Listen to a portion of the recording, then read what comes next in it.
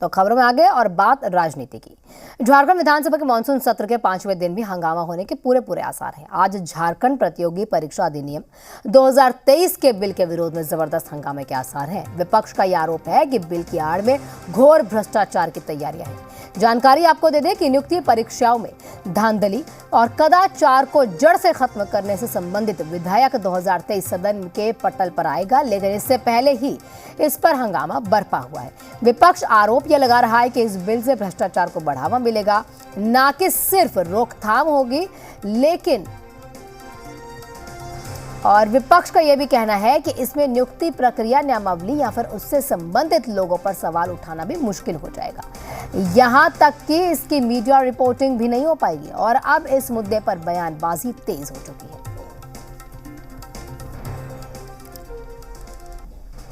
ये जो भी होगा झारखंड वासियों के, झारखंड के हित में होगा। राज्य सरकार का, माननीय मुख्यमंत्री का मुख्य मकसद है ये विधेयक लाने में कि जो विभिन्न परीक्षाएं आयोजित की जाती है, सारी प्रक्रियाएं पूरी कर ली जाती हैं, उसके बाद कहीं से प्रश्न पत्र लीक हो जाता है, फिर से परीक्षा स्थगित हो जाती है और फिर लंबा समय लगता है प्रक्रिया पूरी करने में। इसके पीछे मुख्य मकसद यही है। टाइमिंग देखिए, 26,000 बहाली होने वाले हैं शिक्षकों की, उसमें वो ये नहीं बता रहे हैं कि 32 के खतियानी होंगे कि नहीं स्थानीय, वो ये नहीं बता रहे कि सीटेट आएंगे कि नहीं, वो ये बता रहे हैं कि अगर आप उसके खिलाफ 26,000 नियुक्तियों के खिलाफ थोड़ा सा भी आवाज़ उठाइएगा तो आपको जेल के अंदर डाल दिया जाएगा। जो लोग हिम्मत ही नहीं करेंगे सड़क में आने के लिए, जब हिम्मत ही नहीं करेंगे तो JSS की बहाली होगी, कोई रोकने वाला नहीं होगा। इसलिए हम लोग बिल का प्रोटेस्ट कर रहे हैं। निश्चित रूप से हम लोग ने तो आज ही देखा और कल भी हम लोग रहेंगे। आज आप देखे होंगे कि कितने महत्वपूर्ण विषय सब आ रहे हैं। खान विभाग का था, शिक्षा विभाग के कई यूनिवर्सिटी के आज ये आ रहे थे और शिक्षा मंत्री खुद मुख्यमंत्री, और आप देखे होंगे कि सदन में मुख्यमंत्री गायब थे। तो कहीं ना कहीं मुख्यमंत्री जी का गंभीरता झलकता है कि राज्य में इतने महत्वपूर्ण विषयों पर चर्चा हो रही है और शिक्षा मंत्री का पद अपने पास रखे हुए हैं और वो सदन में नहीं थे। प्रभारी मंत्री के रूप में मिथिलेश ठाकुर, देखिए निश्चित रूप से जब गंभीर विषय आए और सदन निरंतर, आप देखे होंगे हम लोग 3 दिन से जब से सत्र चल रहा है, विधि व्यवस्था से लेकर नियोजन नीति से लेकर आज सुखाड़ को स्थिति को लेकर, हर चीजों को लेकर हम लोग प्रखर तरीके से हम लोग बात को, जो भी परीक्षा हो, चाहे UPSC की परीक्षा हो, चाहे BPSC का परीक्षा हो, चाहे टीचर का परीक्षा, जो भी परीक्षा हो, यानी कि परीक्षा होनी चाहिए स्वतंत्र। और कोई छात्र कहे कि हमको नकल करने दो तो ये अच्छी बात तो है नहीं, इसलिए हम लोग विधेयक लाते हैं। लेकिन मान लीजिए नियमावली का विरोध हो तो वो तो, अरे नियमावली के विरोध में कैसे हम लोग जा सकते हैं? तो नहीं, संवैधानिक नकल करने का संवैधानिक अधिकार है क्या? बिल में परीक्षा के दरमियान होने वाले कदाचार के लिए दंड का प्रावधान है। सड़क पर कोई छात्र अगर लोकतांत्रिक तरीके से अपनी आवाज़ उठा रहा है तो उसके विरुद्ध ये प्रावधान नहीं है। ये भ्रम फैलाने की बात हो रही है, युवाओं को भड़काने की बात हो रही है, ऐसा बिल्कुल नहीं है। और जहाँ तक रह गया सवाल, बिल ले हो गया है, विधानसभा से आप उसकी प्रति भी ले सकते हैं और कल जब इसके ऊपर वाद विवाद और चर्चा होगी तो उसमें सारे विषय आ जाएंगे। और मैंने बहुत स्पष्ट उस समय भी आपको कहा था कि प्रदीप यादव जी वरिष्ठ साथी हैं या विपक्ष के भी साथियों का अगर सकारात्मक सुझाव आएगा तो हमें ये पूरा भरोसा है कि हेमंत सोरेन उसको कंसिडर करेंगे। सर मेरा विपक्ष को एक ही कहना है कि विपक्ष अपनी बातों को सदन में रखे। मीडिया में रखने से, यूट्यूब चैनलों पे रखने से या फिर पब्लिक में स्टेज पे रखने से, भाषण देने से विपक्ष अपनी बातों को नहीं रख पाएगा।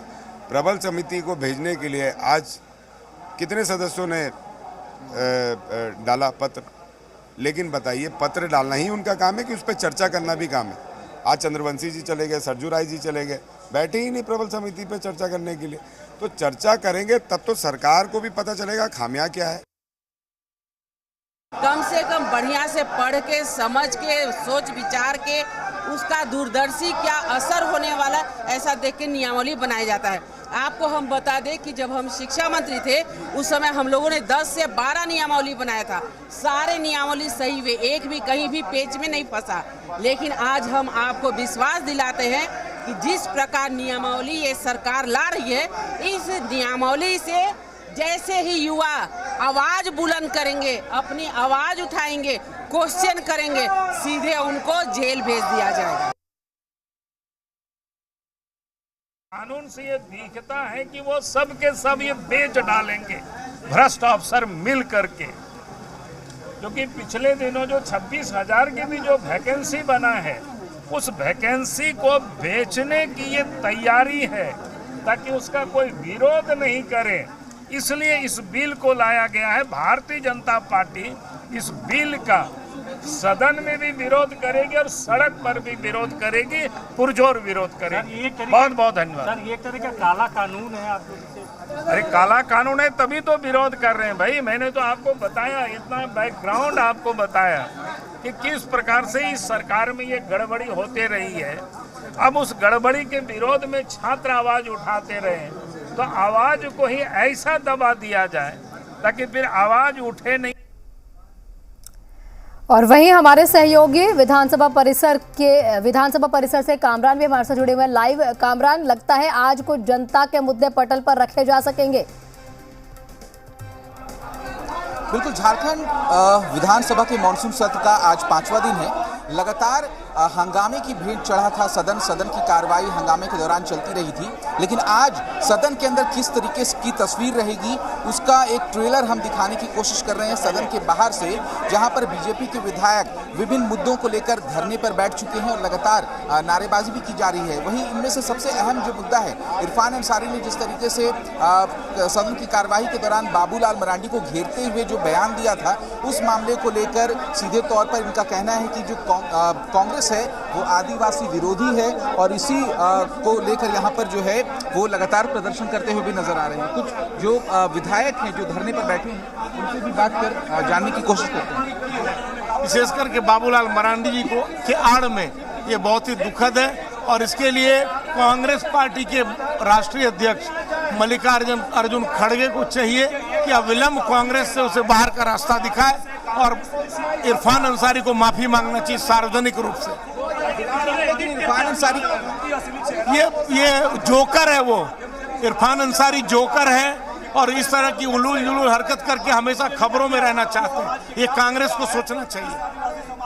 अभी देखिए साफ तौर पर इरफान अंसारी को निशाने पर लेते हुए तमाम जो बीजेपी के विधायक हैं वो लगातार प्रदर्शन कर रहे हैं, लगातार इरफान अंसारी से माफी मांगने की बात भी कर रहे हैं। हमारे साथ आयुष भी। आयुष, हम ये जानना चाहेंगे कि जो आज बिल आने वाला है उस बिल को लेकर क्या कुछ परेशानी है, क्यों जो विपक्ष है वो इसका विरोध कर रहा है सत्ता पक्ष के? देखिए, जिस तरह से विपक्ष आरोप लगा रहा है, उनका कहना है कि जो बिल आ रहा है इससे युवा आंदोलन, जो मान लीजिए कि जो प्रक्रिया होती है जो पूरी नियमावली की कराने की, इसके अलावा जो त्रुटियां होती है वो तमाम त्रुटियों पर जो भी सवाल खड़े करेगा वैसे में उसको सीधे जेल भेज दिया जाएगा। यानी कि एफआईआर दर्ज करने के बाद तहकीकात भी नहीं होगी, उसे जेल भेज दिया जाएगा। रिपोर्टिंग पर भी समस्या है, तो ये तमाम चीज़ें हैं।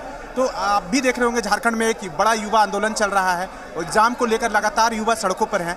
तो ऐसे में ये बिल जो है कहीं ना कहीं युवा विरोधी, आंदोलन विरोधी कहा जा रहा है और इसी का विरोध ये कर रहे हैं। साफ तौर पर आज जो बिल लाया जा रहा है सदन की पटल पर रखा जाएगा, उस बिल को लेकर पहले ही तमाम जो सियासी दल हैं, सियासी नेता हैं, वो लगातार इसका विरोध करते हुए नजर आ रहे हैं। और इसी बीच हम सदन के बाहर की तस्वीर लगातार दिखाने की कोशिश कर रहे हैं कि अलग अलग मुद्दों को लेकर, क्योंकि जब विधानसभा सत्र शुरू हुआ था उस दौरान से ही विभिन्न मुद्दों को लेकर सरकार को घेरती नजर आई थी बीजेपी, और आज अलग अलग मुद्दों को फिर से खासकर इरफान अंसारी को फोकस में रखकर तमाम जो बीजेपी के विधायक हैं वो उन्हें घेरते नजर आ रहे हैं।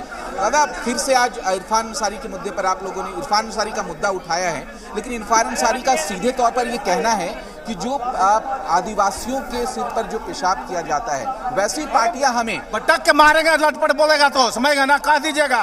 हाँ, आदिवासी का अपमान करता है, लटपट बतियाता है, ज्यादा खरखा हो गया है, खरखा हो गया है, बोलने का अकल नहीं इसको। क्या ये विरोध आगे तक जाएगा? इसको जो है ना, माफी नहीं मांगेगा तो इसको जीप खींच लेंगे, जीप खींच लेंगे। इसको आदमी से पाला नहीं पड़ा है, ज्यादा खरखा विधायक बनता है। साफ तौर पर देखिए इरफान अंसारी के खिलाफ बीजेपी के विधायकों का गुस्सा साफ तौर पर फूटा है और सीधे तौर पर वो उन्हें कहीं ना कहीं उनका विरोध करते हुए नजर आ रहे हैं। अनंत जी, इरफान अंसारी के बयान को लेकर ही आप लोग यहाँ पर धरने पर है, लेकिन उनका ये कहना है कि वो पार्टी हमें नसीहत नहीं दे सकती है जिसके जो प्रधानमंत्री का जिक्र उन्होंने कहा कि उनका भी स्लिप ऑफ टंग हुआ था जब उन्होंने बेटी बचाओ बेटी पटाओ कहा था। देखिए, आप पूरा वीडियो क्लिप लेकर के देख लीजिए। और कांग्रेस के लोकसभा में विपक्ष के जो उनके नेता हैं, उन्होंने इस राज्य के महामहिम राज्यपाल रही और आज हमारे देश के राष्ट्रपति है, आदिवासी समाज की बेटी है, आदरणीय द्रौपदी मुर्मू जी के बारे में भी किस प्रकार का टिप्पणी उन्होंने किया था। और आज कांग्रेस के सदन के अंदर कांग्रेस के संसदीय कार्य मंत्री बैठे हैं और पूरा सदन के अंदर सत्तारूढ़ दल के उपस्थिति में ये केवल उनकी योजनाबद्ध रणनीति के तहत आदिवासी समाज को इस प्रकार से 60 सालों में इन लोगों ने अपमानित करने का काम किया है। जिस प्रकार इन लोगों ने लगातार उनको अंतिम पायदान पर रखने का काम किया है, वही काम आदरणीय बाबूलाल मरांडी जी के बारे में अपमानजनक टिप्पणी करने का काम किया। अगर इनके नियति साफ रहती तो सदन के अंदर संसदीय कार्य मंत्री, उनके दल के नेता भी है, वो भी बैठे थे, क्यों नहीं उसी समय सदन से इस बच्चे को खाली कराने का काम किया। तो ये कोई सामान्य घटना नहीं है, ये इसी प्रकार के अपमानित करने का कृत्य कांग्रेस पार्टी प्रारंभ से करते आई है। कांग्रेस पर बड़ा आरोप लगा है, बीजेपी लगातार इरफान अंसारी के बयान के बाद कांग्रेस पर लगातार आरोप लगा रही है कि आदिवासियों को बदनाम करने की, आदिवासियों को साफ तौर पर उनको निशाना पर लेने की लगातार कांग्रेस ये कोशिश करती रही है। हमारे साथ स्वास्थ्य मंत्री बन्ना गुप्ता है, इनसे भी जान लेते हैं कि आखिर ये क्या कहते हैं। देखिए, माननीय न्यायालय किसी प्रसंग पे बोल रही है तो माननीय न्यायालय का, चूंकि ये देश में लोकतांत्रिक देश है, संवैधानिक देश है और हम संविधान में विश्वास करते हैं। माननीय न्यायालय ने यदि उस संबंध में कोई आदेश निर्देश किया होगा तो वहाँ की सरकार को उसको इम्प्लीमेंट करना चाहिए। ज्ञान बापी के मसले पर बन्ना गुप्ता कह रहे थे कि भाई ट्राइबल को इतना बुद्धि कैसे हो गया, अरे भाई वो देखिए, मेरी बात सुनिए।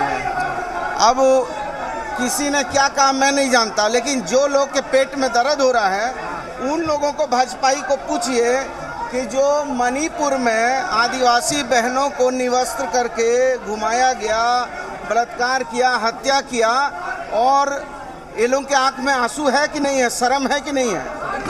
क्या कांग्रेस को माफी मांगनी चाहिए बन्ना जी इरफान अंसारी के बयान पर? कांग्रेस को माफी मांगनी चाहिए? अरे मैंने सुना नहीं है। साफ तौर पर बन्ना गुप्ता जो सिविल मिनिस्टर हैं वो सीधे तौर पर ये कह रहे हैं कि बिल्कुल कामरान, ये तस्वीरें ये बयां करने के लिए काफी है कि आज किस तरह का जो है चर्चाएं रहने वाली हैं। लगता नहीं है कि आज भी कुछ पटल पर काम हो पाएगा, लगता है कि हंगामा ही होगा। शुक्रिया कामरान हमारे साथ जुड़ने के लिए और तमाम तस्वीरें दिखाने के लिए।